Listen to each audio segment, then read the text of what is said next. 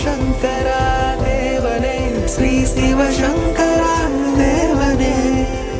சரணாகதி அடைந்தால் வேலை செய்ய முடியுமா என்ற ரமண மகரிஷியிடம் கேட்டபோது, வேலை நிற்காது, ஆனால் வேலையை செய்யும் முனைப்புதான் மறையும் என்று பதில் கூறியிருக்கிறார்.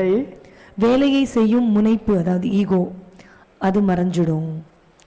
சரணாகதி அடைபவன் தனக்கு முக்தி நிலை வேண்டும் என்ற எதிர்பார்ப்புடன் சரணடையும் போது வேலையை செய்பவன் என்ற அகந்தை மாறி அது எவ்வாறு ஒரு இயற்கையான நிகழ்வாக மாறுகிறது என்பதை விளக்குமாறு.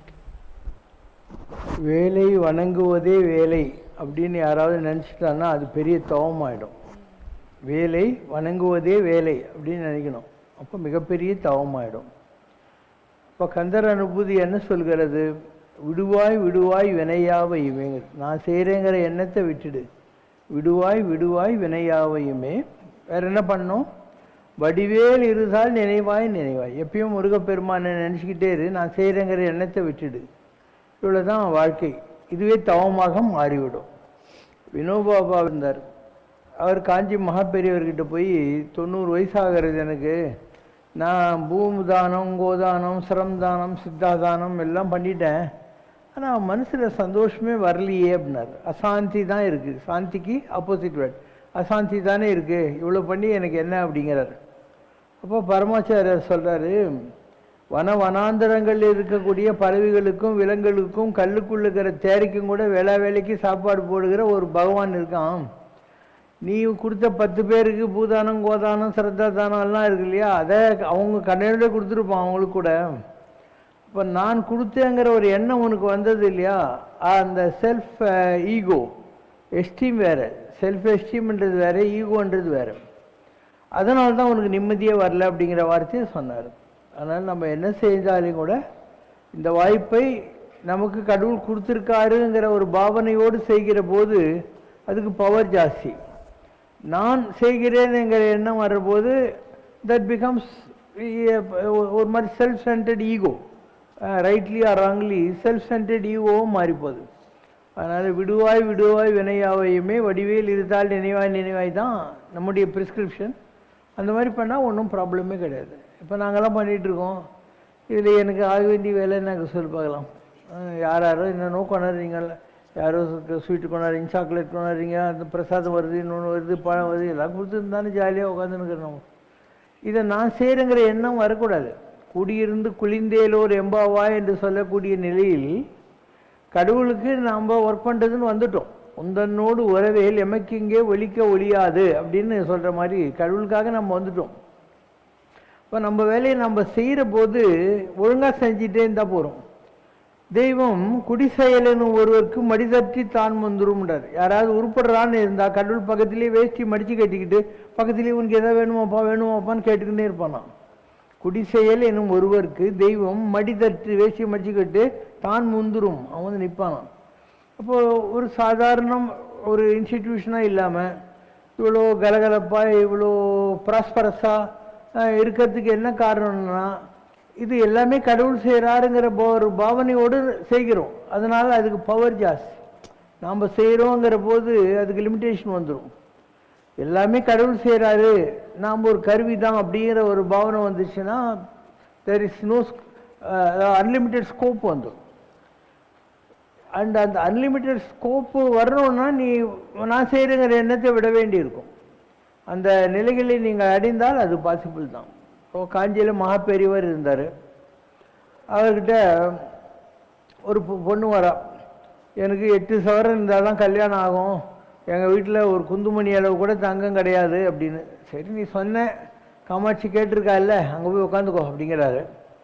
ஒரு அரை மணி நேரம் கழித்து ஆந்திராவிலேருந்து ஒரு ரெட்டியார் காரில் வந்து இறங்குறார். ஒரு பட்டு புடவை, பட்டு வேஷ்டி, 9 சவரன் கோல்டு காயின் எல்லாத்தையும் எடுத்துன்னு பெரியவர்கிட்ட வைக்கிறார். என் பொண்ணு கல்யாணம் ஆகணும்னு உங்களை வேணேன், நல்லபடியாக ஆயிடுச்சு, உங்களுக்கு தேங்க்ஸ் சொல்கிறதுக்காக இதெல்லாம் கொண்டு வந்திருக்கேன். அப்போ அந்த பொண்ணை கூப்பிட்றாரு. நான் சொன்னேன் இல்லை, எல்லாம் அம்பாளுக்கு தெரியும், அவள் பண்ணுவான்னு சொல்லிட்டு அப்படின்னு மரத்திலிருந்து ஒரு ஆளை கூப்பிட்றாரு. கூப்பிட்டு இந்த பொண்ணு, இந்த ரெட்டியார் இவங்களுக்கு நேராக காமாட்சி அம்மன் கோயில் கொண்டு போய் இந்த தட்டை வச்சு அர்ச்சனை பண்ணிவிட்டு 1 சவரன் அந்த குங்கும பிரசாதத்தோடு இந்த ரெட்டியார்கிட்ட கொடு. மீதி புடவை வேஷ்டி 8 சவரனை இந்த பொண்ணுக்கிட்ட கொடு அப்படிங்கிறார். இது ஒரு உதாரணம். அப்போ ஒரு மகானுங்கிறவன் தான் சங்கல்பம் தான் செய்கிறான். ஆனால் அந்த சங்கல்பத்துக்கு ஒரு அன்செல்ஃபிஷ் அப்ரோச்சோடு இருக்கிற போது, நான் செல்ஃப் சென்டர்டாக இருக்கிற போது ஒரு மகிமை கிடைக்கிறது. அப்போது காலெலாம் இல்லாமல் அந்த இந்த பிராணயத்தினை நிறைவேற்ற முடியறதா இல்லையா? இப்படியெல்லாம் தான் நடக்கும். இதே மாதிரி தபோவனத்தில் ஞானானந்தகிரி சுவாமிகள் இருந்தார் திருக்கோயிலூரில். ஒரு ஏழை பிராமணன் வரான். நான் திருவடி மருத்துவர்லேருந்து வரேன், என் பொண்ணுக்கு கல்யாணத்துக்கு ஒன்றும் இல்லை, என் பொண்டாட்டி சொல்லிட்டான் துட்டோடு வந்தா வாயில் இல்லைன்னா வீட்டு பக்கமே தலை காட்டாதானேன்னு. சரி அங்கே போய் உட்காந்துக்கோ அப்படிங்கிறாரு.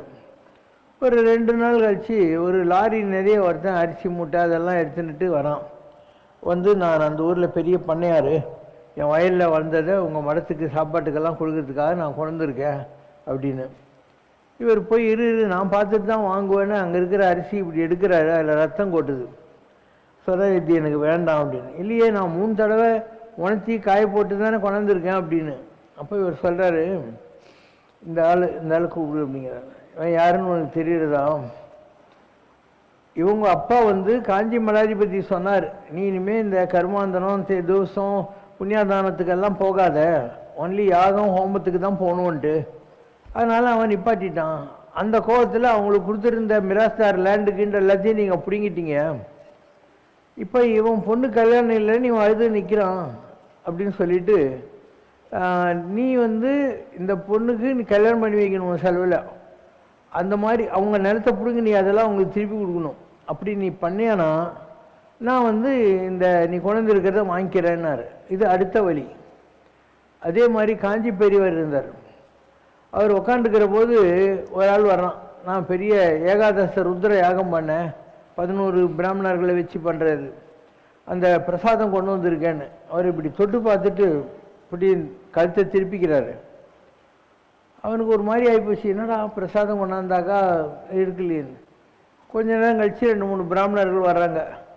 வந்து ஒருத்தன் ஏகாதச ருத்ர யாகம் பண்ணால் அந்த பிரசாதத்தை உங்களுக்காக கொண்டு வந்திருக்கோம் அப்படின்ட்டு, இவன் தான் அப்படிங்கிறாங்க. இவர் தெரியும் எனக்கு அப்படின்னு சொல்லிட்டு அந்த பிராமின்ஸ் கொண்டாந்து இந்த குங்குமத்தை எடுத்துக்கிட்டு இருக்கிறாரு. இவன் எனக்கு ஏதோ தப்பு நடந்துச்சுன்னு தோன்றுறது அப்படிங்கிறான். சொல்கிறாரு, நிறைய பேரை கூப்பிட்டுருப்பிய நீ யாகத்துக்கு. ஆமாம்.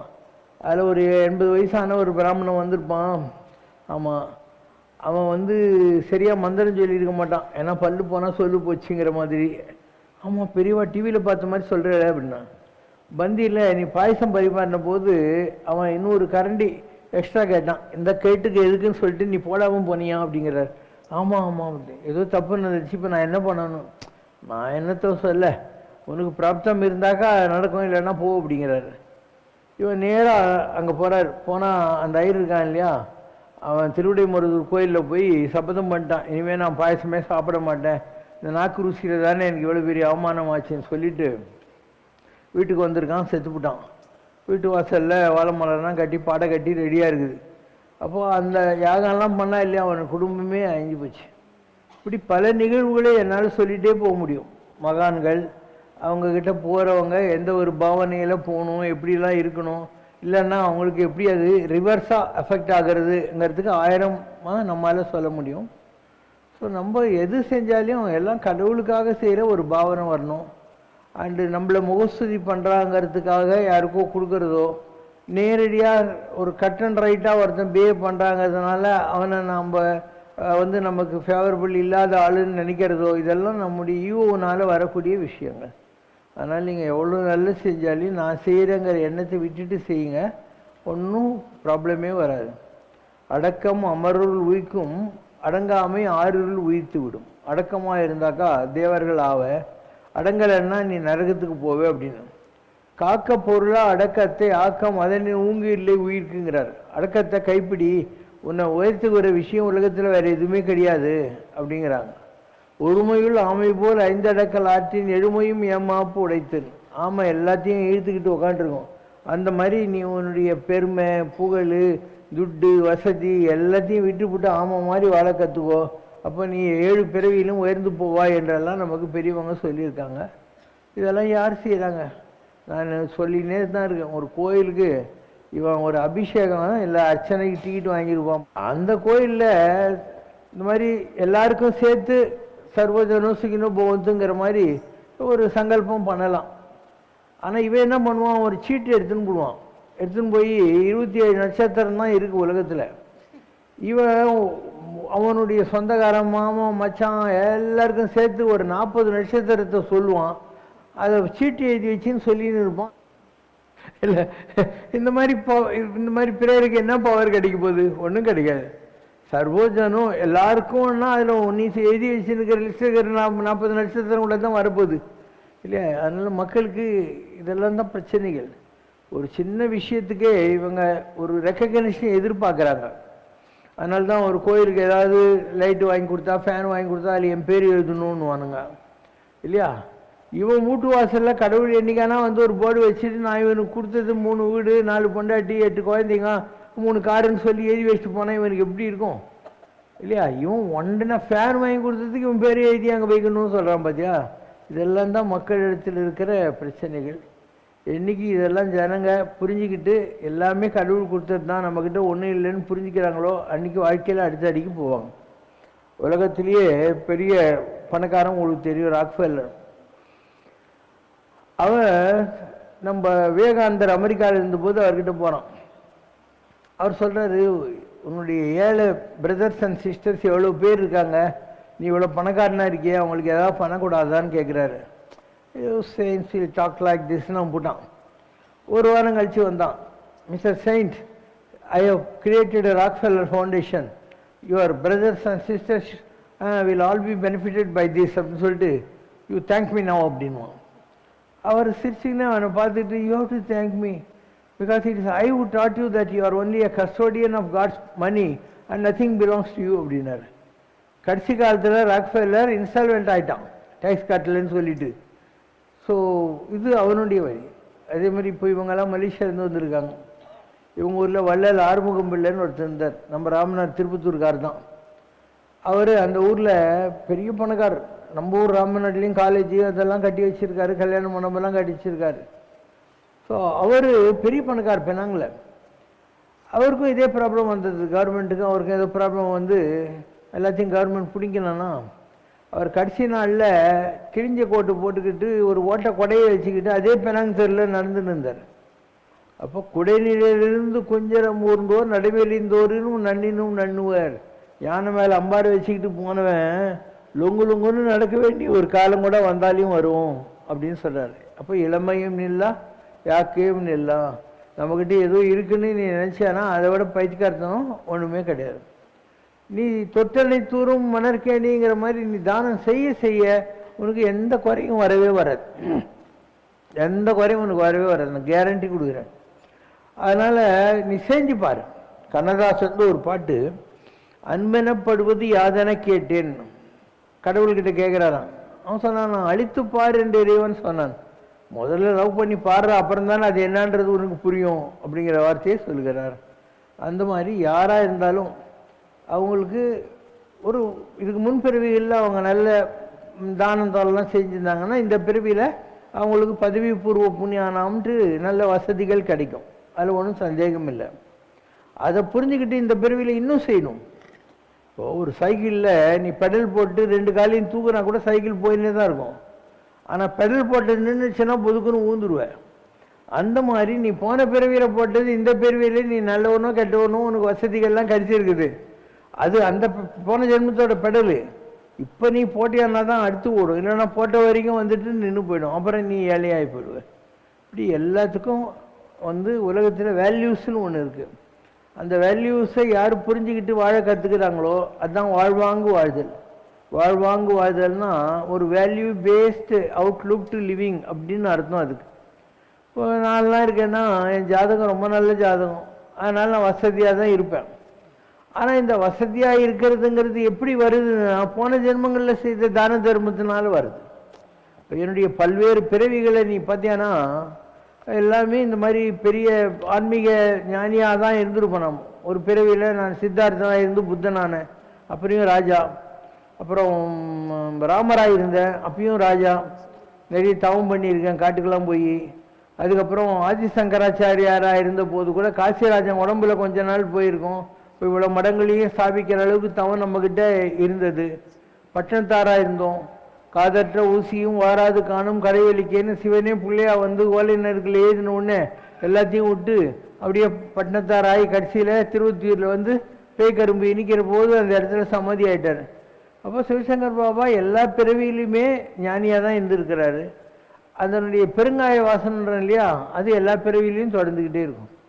அதனால தான் இப்போ என் ஜாதகம்லாம் பார்த்தீங்கன்னா ரொம்ப, இப்போ நான் ஒரு கிராமத்து ஆள், என்கிட்ட ஒன்றுமே இல்லை. நான் மெட்ராஸுக்கு 10 ரூபாய் எடுத்துன்னு வந்தவன் தான். பிராட்வேல இறங்கி கடையாக ஏறி 3வது கடையில் 250 ரூபாய் சம்பளத்துக்கு வேலை தேடினேன். நான் ஒன்றுமே இல்லாத வந்தாள். நான் வாழ்க்கையில் நான் ரொம்ப ஹைட்ஸையும் பார்த்துருக்கேன், ரொம்ப டவுன்ஃபாலையும் பார்த்துருக்கேன். எப்பயும் ஒரே மாதிரி தான் இருப்பேன். ஏன்னா நான் மனுஷனில் நினச்சிக்கிறது என்ன, நம்ம 10 ரூபா தான் எடுத்துன்னு வந்தோம், நம்மக்கிட்ட 10 ரூபா இருந்தால் நம்ம பணக்காரன் தான் நினச்சிக்கிறது. இதெல்லாம் நடுவில் வந்தது, நடுவில் இருந்தால் இருக்குது போனால் போகுதுன்ற மாதிரி. அப்போ ஏன் வந்து இவ்வளோ நல்லா பண்ண முடியுது, இவ்வளோ பெரிய ஆசிரமம் கட்ட முடியுது, இவ்வளோலாம் பண்ண முடியுது? எப்படி முடியுதுன்னா, அந்த இது இருக்கு இல்லையா, தானம் தவம் செஞ்சதுக்குள்ள ஜாதகம் இருக்கு. இந்தியன் எக்ஸ்பிரஸில் ஸ்டார் டெல்லர்னு ஒரு பத்திரிக்கை, அதில் எழுதினாங்க, காஞ்சி பரமாச்சாரியார் ஜாதகமும் சிவசங்கர் பாபா ஜாதகமும் ஒரே மாதிரி இருக்கு. நான் சொல்லவே இல்லை. அவங்க வட இந்தியாவில் இருக்கிற பெரிய பெரிய அஸ்ட்ராலஜர் இல்லை, அவங்கக்கிட்ட என் ஜாதகம் எந்துன்னு சொல்லாத கொடுத்தாங்க. அவங்க அதுக்கு சொன்ன பலன் அது. இந்த ஜாதகமும் பரமாச்சாரியா ஜாதகமும் ஒரே மாதிரி இருக்கு. 2 ஜாதகத்திலையும் சனியும் கேதுவும் ரொம்ப உச்சத்தில் இருக்குது, எக்ஸால்டடாக இருக்குது. அதனால் இவங்க என்ன நினைக்கிறாங்களோ அதெல்லாம் நடக்கும். எண்ணியாங்க இதுவரைன்ற மாதிரி இவங்க நினைச்சதெல்லாம் நடக்கும் அப்படின்னு. இப்போ அவரது என்ன வேலை, வேதம் அழிஞ்சு கொண்டு இருந்தது. அவர் வேத சம்ரட்சணம் என்னுடைய ஆயுள் கால தொழில்னு சொல்லி அதை பண்ணிகிட்டு இருந்தார். எனக்கு அந்த வேலை கிடையாது. என் வேலை உங்களுக்கு நல்ல செய்தி தான். அருட்சேவை வழி மார்க்கத்தினாலே அப்படிங்கிறார், சர்வீஸ் டு தி சொசைட்டி. அப்போ நானும் குடும்பத்தில் இருந்திருக்கேன், நானும் பிஸ்னஸ் இருந்திருக்கேன், நல்லது கெட்டதெல்லாம் வாழ்க்கையில் பார்த்துருக்கேன். அதனால் என்கிட்ட நீ வந்தேன்னா நீ ஒரு புள்ளி போட்டால் நான் கோலம் போட்டுருவேன். ஏன்னா உன் பிரச்சனை எல்லாம் நமக்கு தெரியும் இல்லையா, உன்னுடைய எல்லா அனுபவங்களையும் நான் ஏற்கனவே முடிச்சுட்டு தான் 77 ஆகி உட்காந்துருக்கேன் நான் இல்லை. அதனால் நீ ஒன்றுமே சொல்லிட்டே இல்லை, எனக்கு எல்லாமே உன்னை பற்றி தெரியும். சும்மா ஒரு புள்ளிவையும் உன்னை பற்றி எல்லாத்தையும் சொல்லிட்டு உனக்கு என்ன ப்ராப்ளம் என்ன ஏதுங்கிறதெல்லாம். அதனால் அதை ஏதுனாங்க. இவர் மகாபாரத் பீஷ்மர் மாதிரி இவருனாங்க. மகாபாரத் பீஷ்மர் என்ன, அவர் நினச்சா தான் சாவார். சுயம் சிந்தனை மரணம் உள்ள ஜாதகர்னு. அப்போ எல்லா அம்பு தொலைச்சா கூட அவர் உத்தராயண புண்ணியகாலம் வரணும்னு அம்பு படிக்கல படுத்துக்கிட்டு இருந்தாரா இல்லையா, யோசனை பண்ணிப்பார். அவர்கிட்ட கிருஷ்ணர் இந்த பஞ்ச பாண்டவர்களை கூட்டின்னு போகிறார். உங்கள் தாத்தா உயிரை விடுற நேரம் வந்துச்சுடா, அவர்கிட்ட எதனா அட்வைஸ் வாங்கிக்கோங்கன்ட்டு. இவங்களை பார்த்த உடனே பீஷ்மர் தேம்பி தேம்பி அழுகுறாரு. என்ன சார் தாத்தா நீங்கள் அழுகுறீங்க, நீங்கள் மலை குலைந்தாலும் நிலை குலையாத மாவீரர் ஆச்சுன்றாங்க. அவர் சொல்கிறார், இது இருக்கானடா கிருஷ்ணன், இவன் சாட்சாத் பகவான். இவன் உங்கள் கூட இருந்து உங்களை ஒவ்வொரு பிரச்சனையிலேருந்தும் காப்பாற்றி காப்பாற்றி காப்பாற்றி கொண்டதுனால தான் நீங்கள் இருக்கீங்க இது வரைக்கும். இல்லைன்னா நாய்ப்படுமோ நரிப்படுமோ சொல்லத்தான் படுமோன்ற மாதிரி நீங்கள் எவ்வளோ கஷ்டப்பட்டிருப்பீங்க நான் நினச்சேன். இந்த கிருஷ்ணன் மாத்திரம் இல்லைன்னா, அதனால தான் எனக்கு அல்கல்கியாக வருதுன்னாராம். அதுதான் உண்மையும் கூட. நாம் இந்த கோயிங் இஸ் குட், நம்முடைய அறிவு ஆற்றல் உழைப்புன்னு நினச்சிக்கிறோம். when everything fails then we start blaming God. நான் ஊதுவத்தி ஏற்றினேன், கற்பூரம் காட்டினேன், அர்ச்சனை பண்ணேன், அபிஷேகம் பண்ணேன், எனக்கு எதுக்கு இவ்வளோ ப்ராப்ளம், அப்போ கடவுள் எதுக்கு இருக்கிறாருங்கிற மாதிரி ஒரு பாவனைக்கு நாம் போயிடணும். அதனால் எல்லாமே கடவுளால் தான் நடக்கிறதுன்றதை எப்பயுமே தெரிஞ்சுக்கிட்டு நீங்கள் இருக்கணும். அது இந்த பிறவினால் வருவதல்ல, பல பிறவிகளில் நீங்கள் போட்டது தான் உங்களுக்கு வரும். சும்மாடு கட்டி சுமந்து உழல்வோரை காண்கையில் ஐயா சிதம்பர தேவா நின்னை வணங்காத பேரன்றோங்கிறார் வள்ளலார். தலையில் சும்மாடு வச்சுன்னு விறகு கட்ட சுமந்துக்கிட்டு வெயில் லொங்குன்னு போகிறாங்களே, அவங்கள பார்த்தா எனக்கு தெரிஞ்சிச்சு நடராஜா, அவங்க போன ஜென்மத்தில் ஒன்று கும்பிடலப்பா, அதுக்கு தான் இவ்வளோ கஷ்டப்படுறாங்க அப்படின்னு. அப்போ இலர் பலர் ஆகிய காரணம் நோற்பார் சிலர் நோலாதவர் பலர். உலகத்தில் ரொம்ப பேர் இளைஞர்களாக இருக்கிறதுக்கு என்ன காரணம், அவெல்லாம் பூஜையே பண்ணல. கொஞ்சம் பேர் பணக்காரனாக இருக்கிறதுக்கு காரணம் அவன் பூஜை பண்ணி தொலைச்சிருக்கான். இதுதான் அறத்தார் இது வேண வேண்டான்னு சொல்லிட்டு. ஒரு மனுஷன் பல்லக்கில் உட்காந்து போகிறான், அவன் ஏன் சுமக்கிற 4 பேரில் ஒருத்தன் ஏன் உட்காந்துன்னு போலன்னு யோசனை பண்ணு. அவன் தானம் பண்ணியிருக்கான், இவன் பண்ணலங்கிறது உனக்கு தெரிஞ்சிடும் அப்படின்றாங்க. அதனால் எல்லாத்துக்குமே நான் முற்பிறவியில் போட்ட விதை தான் வரும். நீ என்ன பண்ணியிருக்கியோ போன ஜென்மங்களில் அது உனக்கு திரும்பி வரும். அதனுடைய எண்ணங்கள் வாசனைகள் உங்களுக்கு வரும். ஸோ இந்த பிறவியில் ஒரு வீடு கட்டுறதே கஷ்டம். நீ கோயில் கட்டுறதுக்கு உனக்கு வாய்ப்பு கிடைக்கிறதுன்னா உனக்கிட்ட அவ்வளோ புண்ணியம் இருக்குன்னு அர்த்தம். இல்லைன்னா துட்டெல்லாம் வச்சுன்னு இருப்போம், வாழ்நாள் பூரா நீ வாடகை வீட்டில் தான் இருப்பே தவிர சொந்த வீடு கட்டவே முடியாது. அதுக்கு செவ்வாய் உச்சமாக இருக்கணும் ஜாதகத்தில். அப்போ தான் ஒரு அடி சொந்த நிலமாவது வாங்குவோம். இல்லைன்னா எப்பயும் பணக்காரனாக இருப்பேன், ஆனால் வாடகை வீட்டில் தான் இருந்துக்கிட்டே இருப்பேன். இப்படி எல்லாத்துக்கும் காரண காரியங்கள் இருக்குது. இப்போ என்கிட்ட வர்றவங்களே சில பேருக்கு தலைகீழ் நின்று பார்த்தாலும் கல்யாணம் ஆக மாட்டேங்குது. இத்தனைக்கும் நல்லா படிச்சிருக்கானுங்க, ஒரு 40 லட்சம் வருஷத்துக்கு சம்பாதிக்கிறானுங்க, ஆனால் நடக்கவே மாட்டேங்குது கல்யாணம். நெருங்கி வருது, ஆனால் லாஸ்ட் மினிட்ல கட்டாகி போகுது. இந்த மாதிரி நான் கேர்ள்ஸுக்கும் பார்க்குறேன், பாய்ஸுக்கும் பார்க்குறேன். அப்போ இதை வச்சு நீ தெரிஞ்சுக்கலாம், ஏதோ ஒரு குறை இருக்குது ஏதோ ஒரு ஜென்மத்தில். ஏதோ இந்த பிரிவில் தான் படிச்சிருக்கான், நல்லா ஜாபில் இருக்கான், பார்க்குறதுக்கு நல்லா இருக்கான், ஆரோக்கியமாக இருக்கான், துட்டு இருக்குது, பின்ன ஒரே பையன் வேற, ஏன் கல்யாணம் நடக்க மாட்டேங்குது இல்லையா? இதெல்லாம் யோசனை பண்ண தான் உங்களுக்கு தெரியும். இந்த உலகத்தில் ஏதோ ஒரு ரீவைண்ட் இருக்குது, அதுக்கப்புறம் அது ஃபாஸ்ட் ஃபார்வேர்ட் பண்ணி பார்க்கணும். அப்போ நமக்கு என்ன ப்ராப்ளம், எதனால் வந்ததுன்னு நமக்கு புரிய ஆரம்பிச்சிடும் அப்படின்ட்டு.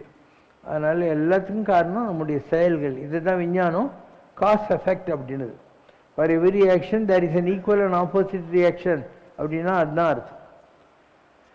ஸோ இதை தெரிஞ்சுக்கிட்டு அவங்கவுங்க உருப்புற வழியை பார்த்தா அவங்களுக்கு வாழ்க்கையில் எந்த பிரச்சனையும் வராது.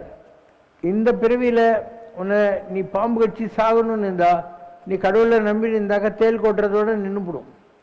நீ கடவுளை புரிஞ்சிக்காமல் விட்டுட்டுன்னு வை, இந்த பிறவியில் உனக்கு 1 லட்ச ரூபா வர இடத்துல 1000 ரூபாய் தான் போடும். மாறாது, விதி மாறாது, ஆனால் கூடும் குறையும். கடவுள் பக்திக்கும் நல்ல செயல்களுக்கும் இந்த எஃபெக்ட் இருக்குது. அதில் உனக்கு சந்தேகம் தேவையில்லை. கேளு.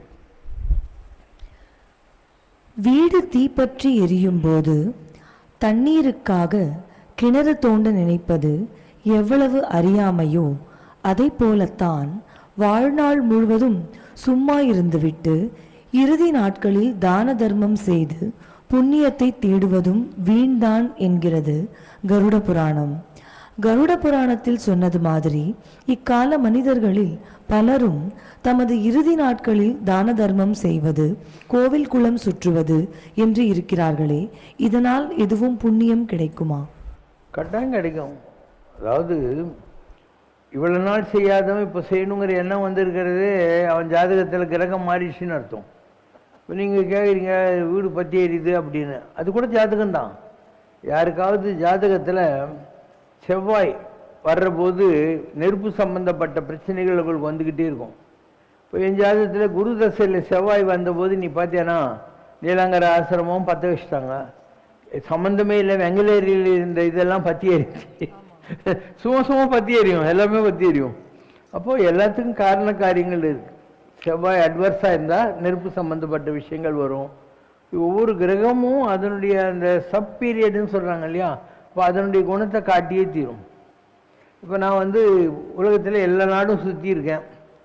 இப்போ 5 வருஷமாக எங்கேயுமே போகல. ஏன்னா இந்த 5 வருஷமாக நம்ம ஜாதகத்தில் வெளிநாடு போகிறதுக்குள்ள யோகம் இல்லை, எனக்கு போகணுன்னு இல்லை. ஆனால் அதுக்கெல்லாம் காரணம் இருக்குதுன்னு சொல்கிறேன் நான். உன் ஜாதகத்தில் சந்திரன் நல்லா இருக்கணும், அப்போ தான் நீ வெளிநாட்டுக்கெல்லாம் போவேன். இல்லைன்னா உங்கள்கிட்ட துட்டு இருக்கும், சொந்தமாக கூட ஏரோப்ளேன் வச்சுன்னு ஆனால் போக மாட்டேன். ஸோ எவ்ரி திங் இஸ் டெஸ்டினிங்கிறத தான் நான் திருப்பி சொல்லினே இருக்கேன். அதனால் உன்னுடைய வாழ்க்கையில் நடக்கிற எல்லாம், கல்யாணம் ஆகிறது, குழந்தை பிறக்கிறது, வீடு கட்டுறது, ஃபாரின் போகிறது, வியாதியோடு இருக்கிறது, வியாதி இல்லாமல் இருக்கிறது. உனக்கு ஜாதகத்தில் சில பிளானட்ஸ் வரும், அப்போ நீ வியாதியில் இருப்ப. அண்டு அந்த பிளானட்ஸ் எல்லாம் எதுவும் இல்லைன்னா நீ ஆரோக்கியமாக தான் இருப்ப. அப்போ உன்னுடைய அனாரோக்கியம் ஆரோக்கியம் கூட எல்லாமே பிளானட்ஸை வச்சு தான் டிஸ்டர்ப் ஆகுது. அதனால் எது ஒன்றும் நம்ம கையில் இல்லை. எவ்ரிதிங் முன்னர் நம்ம திச்சையினால் பிறந்தோம் இல்லை, முதல் இடை கடை நம் வசத்தில் இல்லைன்னா நாம் நினச்சிக்கிட்டு இந்த உலகத்தில் பிறக்கிறது இல்லை. பாஸ்ட்டு ப்ரெசண்ட்டு ஃப்யூச்சர் எதுவும் நம்முடைய கண்ட்ரோல் இல்லை. அதுதான் பகவத்கீதை. எது நடந்ததோ, எது நடந்து கொண்டிருக்கிறதோ, இனி எது நடக்குமோ அப்படின்லாம் கிருஷ்ணர் ஏன் சொல்கிறாரு? ஈ அண்டர்ஸ்டாண்ட்ஸ் அ லிமிட்டேஷன். நம்முடைய கர்மா அதனுடைய பலன்களை அறுவடை செய்யறதுக்காக தான் இந்த மனித பிறவியே வந்திருக்கு. அப்போ நீ எப்படி அறுவடை செய்யாமல் போயிடுவேன் இல்லையா? எல்லாத்துக்கும் காரண காரியங்கள் இருக்கும். Every thing is good. நீ வேடிக்கை பார்த்தா போகிறோம், வேறு ஒன்றுமே செய்ய தேவை. சமரேஷனில் ஒரு பாட்டு இருக்குது, தெய்வம் நடத்துகின்ற நாடகம். 4 வரி பாடுங்க. தெய்வம் நடத்துகின்ற நாடகம் இது, தேவருமறியா பூடகம். என்ன செய்யும் நம் ஜாதகம், இறைவன் மனம் வைத்தால் சாதகம் சாதகம் என்றோ எழுதி வைத்த வசனம். அது எப்படி இருந்தாலும் விசனம், சம்பவம் குறித்தபடி நடக்கும். நாம் சாட்சி. சம்பவம் குறித்தபடி நடக்கும். எது நடக்கணுமோ நடந்துட்டு நீ கவலையே பட தேவையில்லை. கர்ணன் நாகாசுரம் விடுறான். அதில் அர்ஜுனன் சாகணும்னு அவனுக்கு தலையெழுத்து. ஆனால் அவன் கிருஷ்ணனை நம்பின்னு இருக்கான். கிருஷ்ணன் தேர் ஓட்டியாக தேரில் உக்காண்டிருக்கான். அப்போ நாகாசுரம் அவன் விடவும் செய்கிறான், அது வரவும் செய்யுது.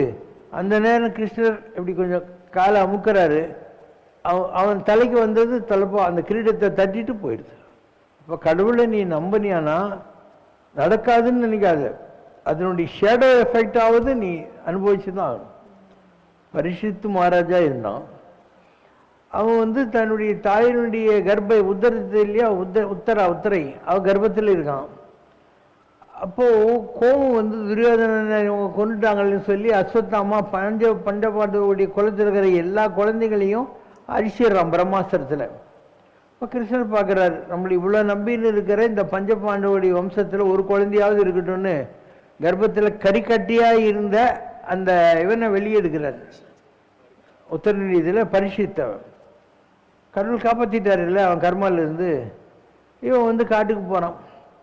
காட்டுக்கு போகிற போது ஒரு முனிவர் தவம் பண்ணிட்டு இருக்கிறார். நம்ம வந்தோம், இந்த முனிவர் பாரு நம்மளை கண்டு நம்ம மரியாதை கொடுக்கலன்னு சொல்லிட்டு ஒரு பாம்பை எடுத்து அவர் கழுத்தில் போட்டு போட்டான்.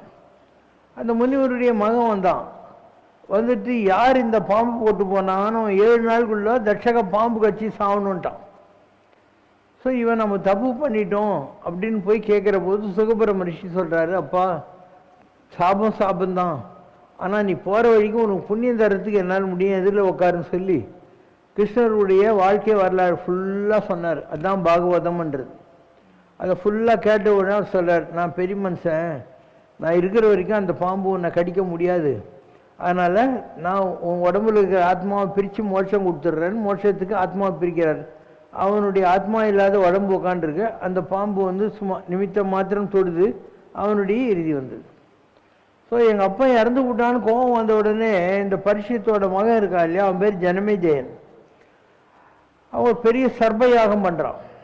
அப்போ உலகத்தில் இருக்கிற எல்லா பாம்பும் அந்த நெருப்பில் புதுக்குன்னு உழுந்துக்கிட்டே இருக்குது. இப்போ இந்த கடிச்ச தட்சக பாம்பு இந்திரனுடைய சிம்மாசனத்தை சுற்றிக்குது, அவன் காப்பாற்றிடுவான் நம்மளேன்னு. இந்த பவர் ஆஃப் தி யஜ்ஞம் அப்படியே அந்த சேர் எழும்புது மேலே. இந்திரன் நீ கேடு கேட்டு போனால் அவனுக்கு உச்சிடுறான். அப்போ பாம்பு கட்சி தான் சாகணும். இவனுக்கு உடம்பு பூரா சொரியாசிஸ் வந்துடுது, ஸ்கின்னே இருக்காது, உள்ள ரெட் டிஷ்யூ தெரியும். சொரியாசிஸில் ஒர்ஸ்ட் அதுதான் வந்துடுது. காற்று பட முடியாது, எதுவும் பண்ண முடியாது, என்ன பண்ணுவான் இவன்? அப்போது அவனுடைய உத்தவர் சொல்கிறார், உங்களெல்லாம் காப்பாற்றின இந்த கிருஷ்ணர் இன்னைக்கு குருவாயூரில் இருக்கார், நீ அங்கே போ, அப்போ தான் அவனுக்கு ஏதாவது வழி கிடைக்கும் அப்படின்னு.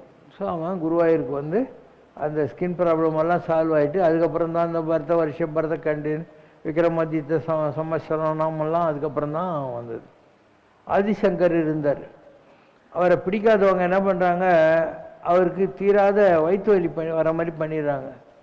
அவர் குரு கோவிந்த பகவத் சொல்கிறார், அப்பா உனக்கு உணவில் வச்சுட்டாங்க, இதை எடுக்க முடியல, நீ சூரசம்மார மூர்த்தியாக இருக்கக்கூடிய திருச்செந்தூர் முருகன்கிட்ட போ, அவன் தான் இதுக்கு வழிகாட்ட முடியும், ஏன்னா உடம்புல கலந்து போச்சு. இப்போ திருச்செந்தூருக்கு வர்றார், முருகன் எதிரில் உட்காந்துக்கிறார். இப்போ இவர் எப்பெல்லாம் முருகன் எதிரில் உட்காரார், ஒரு பாம்பு முருகங்கால கட்டிக்கிட்டு இருக்க முடியும்.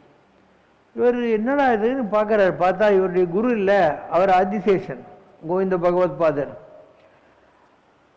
அண்டு அவர் நமக்காக வாதாடுறார் கடவுள்கிட்டன்னு சொல்லி இவருக்கு தெரிஞ்ச உடனே இவர் ஒரே சந்தோஷம்.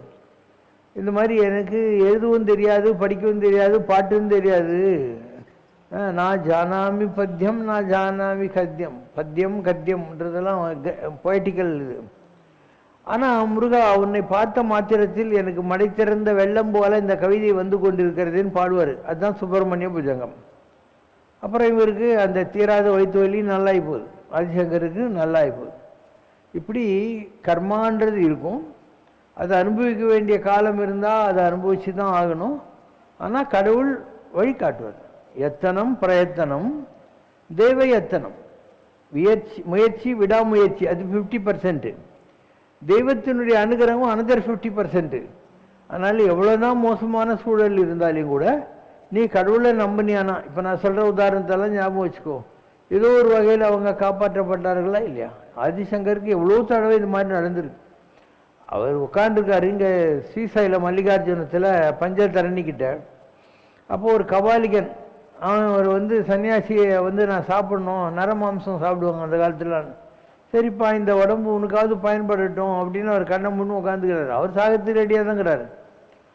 அப்போ அந்த கபாலிகன் வெட்ட வர்ற போது ஆதிசங்கருடைய சிஷ்யர் இருக்கார், அவர் நரசிம்ம உபாசனை பண்ணுறவர், பத்மபாதன் பேர். அவர் உடம்புல நரசிம்மர் இந்த கபாலிகனை அடிச்சு போட்டுறாரு. இவர் சத்தம் பார்த்துட்டு, ஐயோ இந்த மாதிரி ஆகிப்போச்சு, நம்மளை காப்பாற்றிட்டாங்க அப்படிங்கிற மாதிரி அவர் தெரியும்.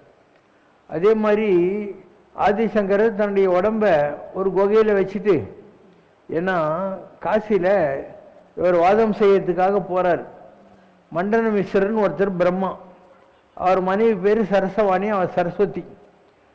வாதம் செய்கிற போது அங்கே வேதவியாசர் இருக்கார், நான் ஜட்ஜாக வரமாட்டேங்கிறார். அவர் சொல்கிறார், சரஸ்வதி அம்சம் இவ ஜட்ஜாக இருக்கட்டும். அவர் சொல்கிறா, இல்லை அதித்தி தேவோ நீ என் விருந்தாளி, இவன் என் கணவன், அதனால் நான் ஜட்ஜாக இருக்க முடியாது. நான் 2 மாலை கட்டி கொடுக்குறேன், ஒரு மாலை நீ போட்டுக்கோ, ஒரு மாலை நீ போட்டுக்கோ, 2 பேரும் ஆர்குமெண்ட் பண்ணுங்க, யார் மாலை வாடி போதோ அவங்க தோற்று போட்டாங்க அப்படின்னு அவர் ஜட்ஜுக்கு ஒரு ப்ரிஸ்கிரிப்ஷன் வச்சிடறான். இப்போ மண்டன மிஸ்ருடைய மாலை வாடி போகுது. என்ன இவங்க 2 பேருக்கும் கண்டிஷன்? மண்டன மிஸ்ரர் தோத்துட்டா அவர் குடும்ப வாழ்க்கையை விட்டுட்டு ஆதிசங்கர் பின்னாலே சன்னியாசியாக போயிடணும். ஆதிசங்கரை தோத்துட்டா அவர் சன்னியாசி வாழ்க்கையை விட்டுட்டு குடும்ப வாழ்க்கைக்கு வரணும். வாப்பா போகலாங்கிறார். சரஸ்வதி சொல்கிறா, அவரில் பாதி நான், நீ அவரை கெலிச்சியை தவிர என்ன கெலிச்சி ஆகல. சரிம்மா கேள்வி கேளு, எந்த கேள்வி கேட்டாலும் ஒரு பதில் சொல்கிறாருன்னு அவளுக்கு தெரியும். அதனால் பதில் சொல்கிறதுக்கு இடக்கு முழக்கா இருக்கிற ஒரு கேள்வி கேட்குறா. குடும்ப சுகத்தை பற்றி என்ன தெரியும் சொல்லிட்டான். இந்த சன்னியாசி குடும்ப சுகத்தை பற்றி நிஜமாக தெரியாது, எது சொன்னாலே அது சும்மா ஒரு கஸ் ஒர்க்காக தான் இருக்கும். அதனால் எனக்கு 1 மாதம் டைம் கொடுமா, இந்த கேள்விக்கு நான் விடையை தெரிஞ்சுக்கிட்டு வரேன்னு சொல்லி அப்படியே போய் நேர்காரு. பார்த்தா காசி ராஜா மண்டையை போட்டான். இவர் என்ன பண்ணுறாரு, ஒரு குகையில் தன்னுடைய உடம்பை வச்சுட்டு கூடு விட்டு கூடு பாஞ்சி காசிராஜாவுடைய உடம்புக்குள்ளே போய் செத்துப்போன காசிராஜா எந்திரிச்சிட்டான்னு எல்லாரும் சந்தோஷப்படுறாங்க. இப்போ ராஜாவினுடைய உடம்புக்குள்ளே இருந்து காசிராணி கூட குடும்பம் நடத்துகிறார். இது அவருடைய வாழ்க்கையில் நடந்துக்கிட்டே இருக்கு. அந்த மந்திரி பார்க்குறான், நம்ம ராஜா மக்கு இப்போ இருக்கிற ராஜா ரொம்ப தெளிவாக இருக்கான், அதனால் ஒற்றர்களே போய் ஏதாவது ஒரு சாமியாருடைய உடம்பு எங்கேயாவது ஒழிச்சிக்கிட்டா பாருங்க, யாரோ இந்த மாதிரி பிரகாசம் பண்ணிக்கிறாங்கன்னு, அப்படின்னு தான் எரிச்சிருங்கன்ட்டு. இவங்க போய் அந்த உடம்பை எரிக்கிற போது கை வரைக்கும் எரிஞ்சு போகுது. இவருக்கு தெரிஞ்ச உடனே கபால் ராஜா கேடுபட்டாலும் அந்த உடம்புக்குள்ள போய் எந்திரிச்சிடுறாரு. எந்திரிக்கிற போது ஆள் நல்லாகிறாரு, கை மாத்திரம் எரிஞ்சு போன கட்டக்கறி. அப்போ பத்மா சொல்கிறார், என்ன இருந்தாலும் ஒரு மகான் ஆசீர்வாதம் பண்ணுற போது கை தானே முக்கியம், நான் நெருப்பு கடவுளாகிய நரசிம்மர்கிட்ட ப்ரே பண்ணுறேன், உங்களுக்கு அவர் கையை கொடுப்பாருன்னு இவர் ப்ரே பண்ணுறார். அதுதான் லக்ஷ்மி நரசிம்ம கராவலம்ப சோத்திரம் 2 வரி. ஸ்ரீமத் பயோநிதி நிகேதன சக்கரபாணி போகீந்திர போகமணி ராஜித புண்ணியமூர்த்தி யோகீஷ சாஸ்வத சரண்ய பவாப்தி போத லக்ஷ்மீ நரசிம்ம மம தேகி கராவலம்பம். லட்சுமி நரசிம்மா, இந்த உலகம் ஒரு காடு, எந்த திக்கில் போகிறதுனே தெரியல, வன விலங்குகள்லாம் சுற்றிக்கிட்டு இருக்கு, அதனால் நீ தான் என்ன கை தூக்கி விடணும். இந்த உலகம் ஒரு சமுத்திரம் மாதிரி, கீழே பார்த்தா சுறா மீன் விலாங்குமெல்லாம் தின்றதுக்கு ரெடி ஆகுது, மேலே எப்படா இவன் சாவான்ட்டு ஈகிள்ஸ் வல்ச்சர்ஸ் எல்லாம் பறந்து நிற்குது, நீ தான் என்னை கை தூக்கி விடணும். இப்படி வரிசையாக பாட்டு போடுறாரு. தான் கராவலம்ப சோத்திரம். அது பாடின உடனே அவருக்கு கை வந்துச்சு.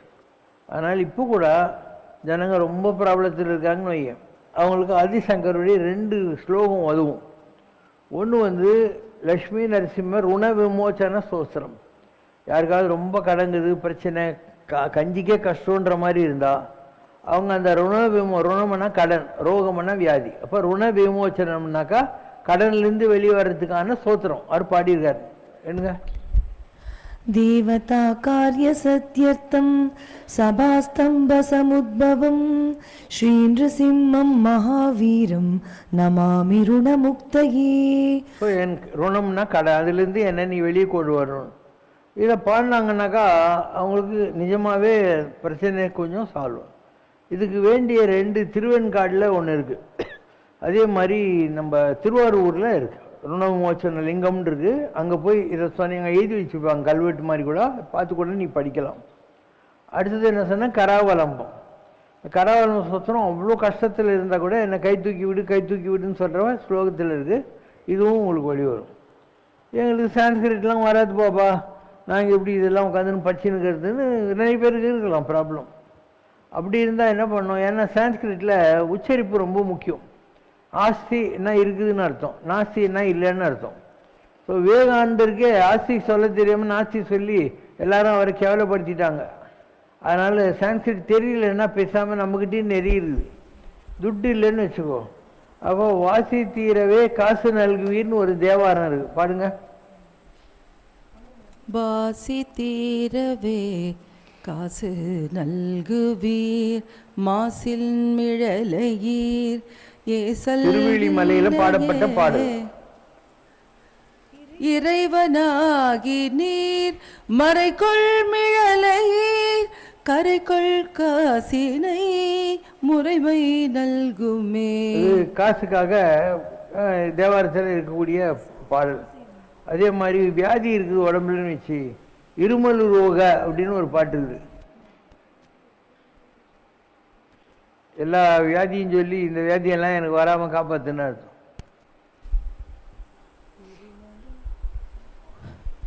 இருமலும் ரோக முயலகன் வாதம் எரிகுணநாசி விடமே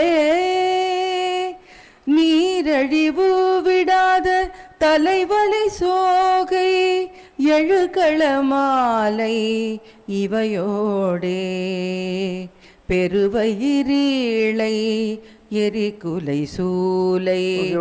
இந்த மாதிரி தேவாரத்திலையும் திருவாசகத்திலையும் பிரபந்தத்திலையும் எல்லாத்துக்குமே வழி இருக்குது. பணம் வேணுமா, புத்தி வேணுமா, கல்யாணம் ஆகணுமா, வியாதிகள் போகணுமா, எல்லாத்துக்கும் இருக்குது. அதெல்லாம் தொகுத்து சில பேர் புக்கு போட்டிருக்காங்க. நம்ம லைப்ரரியில் கூட அந்த புக்கெல்லாம் இருக்குது. ஸோ உங்களுக்கு என்ன ப்ராப்ளமோ அந்த பாட்டை நீங்கள் எழுதி வச்சுன்னு செல்லில் வச்சுக்கிட்டு இல்லை பாட்டு கேட்கலாம், காதிலையாவது கேட்டு தொலைக்கலாம். மாதிரி நம்மக்கிட்ட இல்லாதது இல்லை, நமக்கு எதுவுமே தெரியல, அதுதான் ப்ராப்ளம். நிறைய பேர் இப்போல்லாம் எந்த பாட்டும் யாருக்கும் தெரியாது. ரெண்டாவது தமிழே படிக்கிறது இல்லை நிறைய பேர். பின்ன தமிழில் எங்கேருந்து இது பண்ணுவோம் இல்லையா? நிறைய பேர் தமிழே இன்னைக்கு கிடையாது, எல்லாம் ஃப்ரெஞ்சு சான்ஸ்கிரிட் எடுத்து படிக்கிறாங்க. தமிழே மறந்துடுச்சு. அதனால் இதெல்லாம் நம்மக்கிட்ட இருக்குது, சான்ஸ்கிரிட்லேயும் இருக்குது, தமிழ்லையும் இருக்குது. ஏன்? இது ரெண்டுமே சிவபெருமான் கொடுத்தது. மண்ணு புகழ் மகேந்திரகிரியில் ஈசன் அருளிய பனுவல்னுவாங்க. மகேந்திரகிரி மண்ணில் அகஸ்தியருக்கு தமிழை கொடுத்தாராம். அண்டு இவர் வடமொழியில் பாணினி இருந்தார் இல்லையா, அவருக்கு சான்ஸ்கிரிட் கொடுத்தாராம். இப்போது ரெண்டுமே கடவுள் கொடுத்தது தான். அதனால தான் ஆரியன் கண்டாய் தமிழன் கண்டாய்ன்னு. சான்ஸ்கிரிட்டுக்கும் அவன் தான், தமிழுக்கும் அவன் தான் அப்படின்னு அர்த்தம் அதுக்கு. ஸோ ஏதாவது ஒன்று பாட வேண்டியது தான். Last question. Question from Nagarkovil Priya. Is there any strategy to erase our fear or increase our courage, especially when our planetary positions give us a sensitive nature? Bharathiyar எழுதியிருக்கார், எதற்கும் அஞ்சேன், யாருக்கும் அஞ்சேன், எங்கும் அஞ்சேன், எப்போதும் அஞ்சேன். இந்த 4 வரி எழுதி பெருசாக தொங்க விடுவோம் வீட்டில். எப்போல்லாம் ஒன்று கொஞ்சம் அதைரியமாக இருக்குதோ அப்போல்லாம் இதை படிச்சுக்கிட்டே பயப்பட மாட்டேன். இல்லை அப்பர் சுவாமிகளை சுண்ணாம்பு கால வயலில் உட்காருக்காங்க, யானை காலில் மெரிக்கிறாங்க. அப்போ அவர் என்ன சொல்கிறாரு, அஞ்சுவ யாதொன்றும் இல்லை, அஞ்ச வருவதும் இல்லை அப்படிங்கிறார். நான் பயப்பட மாட்டேன் எதுக்கும் அப்படிங்கிறது அதுக்கு அர்த்தம். திருவள்ளுவர் சொல்லியிருக்காரு, அஞ்சுவது அஞ்சாமை பேதமை, அஞ்சுவது அஞ்சல் அறிவா தொழில். ஒட்டசிங் தாண்டா எல்லாத்துக்கும் பயப்படுவாங்க, நீ பயப்படாமல் இரு தைரியமா அப்படின்னு. ஸோ நிறைய நம்மக்கிட்ட இதுக்கெல்லாம் வழிமுறைகள் இருக்கின்றன. இது ஒரு வழி. சரி, எனக்கு இந்த மாதிரி பாட்டெல்லாம் எழுதி வச்சுன்னா அதெல்லாம் பார்த்துன்னு இருக்கிறதுக்கு அந்த நேரத்தில் மூடு வருமானு தெரியாது அப்படின்னு. ஏன்னா பெரியவங்களே பயப்பட்டுருக்காங்க. யம தர்மம் பாசகத்தை எடுத்துன்னுட்டு வர்ற போது நான் உன்னை நினைப்பனோ இல்லையோ தெரியாது, அதனால் நாராயணா உனக்கு இப்போ எனக்கு கொஞ்சம் நல்ல புத்திக்கிற போதே சொல்லிட்டேன் நாராயணான்ட்டு. அந்த மாதிரி ஒரு சூழ்நிலை வந்து நான் உன்னை கூப்பிடலன்னா கூட நீ வந்து காப்பாற்றணும். சொல்லுங்க. நொந்து விடணும். நொந்துடலும் கிழமாகி தளர்ந்த பின் நோயினால் நடந்திடும் போது ஜீவநாடிகள் நைந்திடும் போது மனம் எண்ணிடுமோ தெரியாது. இன்று சின்றைக்கு சிந்துனை கூவுகிறேன் அருள் செய்திடுவாய் ஹரிநாராயணா. நாராயணா சத்யநாராயணா ஸ்ரீமன் நாராயணா ஹரிநாராயணா. நீடு கபம் குழையீழை நெருக்கியன் நெஞ்சை அடைத்திடும் போது விக்கினாவும் குளறிடும் போது மனம் எண்ணிடுமோ தெரியாது. நான் அன்றுனை கூவிட இன்றழைத்தேன் என்னை ஆண்டருள்வாய் ஹரிநாராயணா. நாராயணா சத்யநாராயணா ஸ்ரீமன் நாராயணா ஹரிநாராயணா. நல்ல பாட்டுலாம் இருக்குது பாருங்க. இதெல்லாம் கற்றுக்கணும். இப்போ வெக்கேஷன் தானே பசங்களுக்கு, இந்த மாதிரி பாட்டெல்லாம் கற்றுக்கோங்க, உங்களுக்கு உதவும். ப்ரேயர்னால் இப்போ நிறைய பேருக்கு ப்ரே பண்ணுறது எப்படின்னு தெரியாது. குழந்தைகளை கொண்டு போய் ப்ரே பண்ணு அப்படின்ட்டாக்கா அவங்க ஒரு 2 நிமிஷம் இப்படி இருந்துட்டு இப்படின்ட்டு வந்துடும். What to pray what not to pray கூட ஜனங்களுக்கெல்லாம் தெரியாது. ஒரு ஸ்கூல் வாத்தியார் ஸ்கூல் பசங்களெல்லாம் கூப்பிட்டு போனாராம் கோயிலுக்கு, எல்லாம் நல்லா வேண்டிக்குவாங்கடா அப்படின்னு. கொஞ்ச நேரம் கழிச்சு என்னடா வேண்டிங்களா அப்படின்னாரான். வேண்டிக்கணும் சார்னு. என்ன கேட்டிங்க? நான் நிறைய துட்டு வேணும்னு கேட்டேன் சார்ன்னு. படவா அப்படிலாம் கேட்கக்கூடாது, நிறைய புத்தி வேணும்னு கேளு. யார்கிட்ட எது இல்லையோ அதுதானே சார் கேட்கணும்.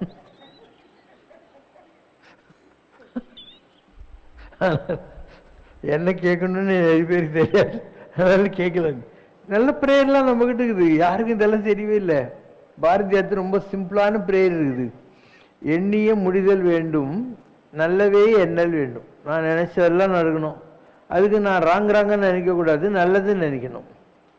திண்ணிய நெஞ்சம் வேண்டும், தெளிந்த நல்ல அறிவு வேண்டும். தைரியமாக இருக்கணும், கிளாரிட்டி ஆஃப் தாட் எனக்கு இருக்கணும்.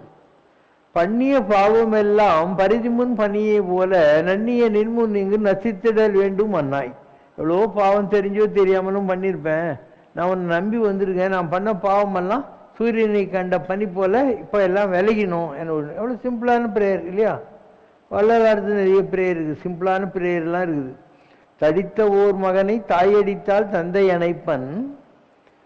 தாயடிக்கிற போது அப்பாக்கார வந்து ஏண்டி அடிக்கிற குழந்தை என்னோனா. பிறிதொரு கால் தந்தை அடிப்பின் தாய் அணைப்பன். அப்பங்கார அடிக்கிற போதியாக பச்சை குழந்தைய போட்டு எடுக்கிறீங்க அப்படின்னா. இங்கு எனக்குற்ற தந்தையும் தாயும் பொடித்திருமேனி அம்பலத்தாடும் புனிதானி ஆதலாலே. சாம்பலை பூசிக்கொண்டு சுடுகாட்டில் நடனமாடிக்கொண்டிருக்கிற சிவனே, நீதானே எனக்கு அம்மா, நீதான் எனக்கு அப்பா.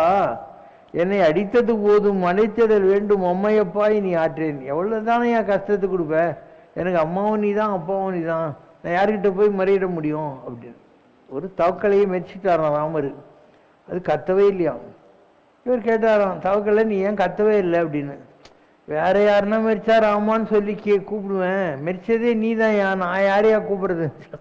அந்த மாதிரி நம்ம கடவுள் நினைக்காம இந்த கஷ்டத்தையும் யாராலையும் கொடுத்துட முடியாது. ஆழ்வார்களும் ரொம்ப நல்ல பாட்டுலாம் எழுதியிருக்காங்க. தருதுயரம் தடாயே நீ சரணல்லார் சரணில்லை. நீ தருகிற கஷ்டத்தில் இருந்து நீ என்னை காப்பாற்றவில்லை என்றால் நான் யார்கிட்ட போவேன்.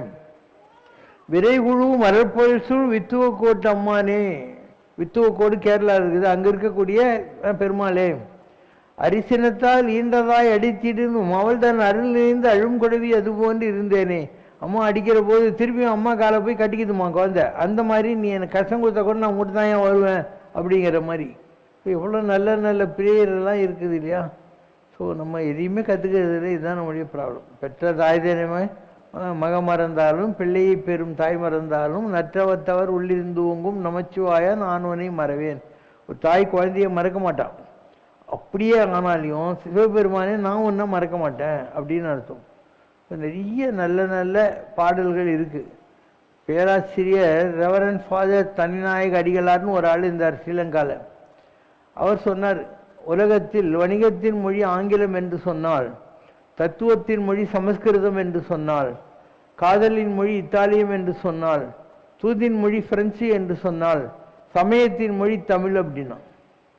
ஏன் அப்படி சொல்கிறேன்னா, நீ வேணா பாரு, கிறிஸ்துவ மதத்தை பற்றி இரட்சணிய யாத்திரிகம் எச்.ஏ. கிருஷ்ணபிள்ளை எழுதிருக்கு. இஸ்லாம் மதத்தை பற்றி உமறுப்புலவர் எழுதிய சீரா புராணம் இருக்கு. ஜெயின மதத்தை பற்றி சிவக சிந்தாமணி இருக்கு, திருத்தக்க தேவர் எழுதிருந்து. புத்த மதத்தை பற்றி இளங்கோவடிகள் எழுதிய சிலப்பதிகாரம் இருக்கு. சைவ சமயத்தை பற்றி தேவாரம் திருவாசகம் எல்லாம் இருக்கு. வைஷ்ணவ சமயத்தை பற்றி 4000 திவ்ய பிரபந்தம் இருக்கு. உலகத்தில் எல்லா தத்துவங்களை பற்றியும் தமிழில் தானே இருக்குது. அதனால் சமயத்தின் மொழி தமிழுங்கிற வார்த்தையை பயன்படுத்தியிருக்காரு. அவ்வளோ நல்ல பாஷை இந்த தமிழ். நெஞ்சக்கன கல்லு உருகாதா, நிமலனின் பதமதில் சரியாதா. நெஞ்சக்கன கல்லு உருகாதா, கொஞ்சும் மொழி செவியும் பருகாதா. என் கொதிக்கும் மனத்தாபம் தணியாதா, பஞ்சன மனம் லேசாகாதா. உன்னை பற்றிய ஜோதியில் கலவாதா, நெஞ்சகன கல்லு உருகாதா.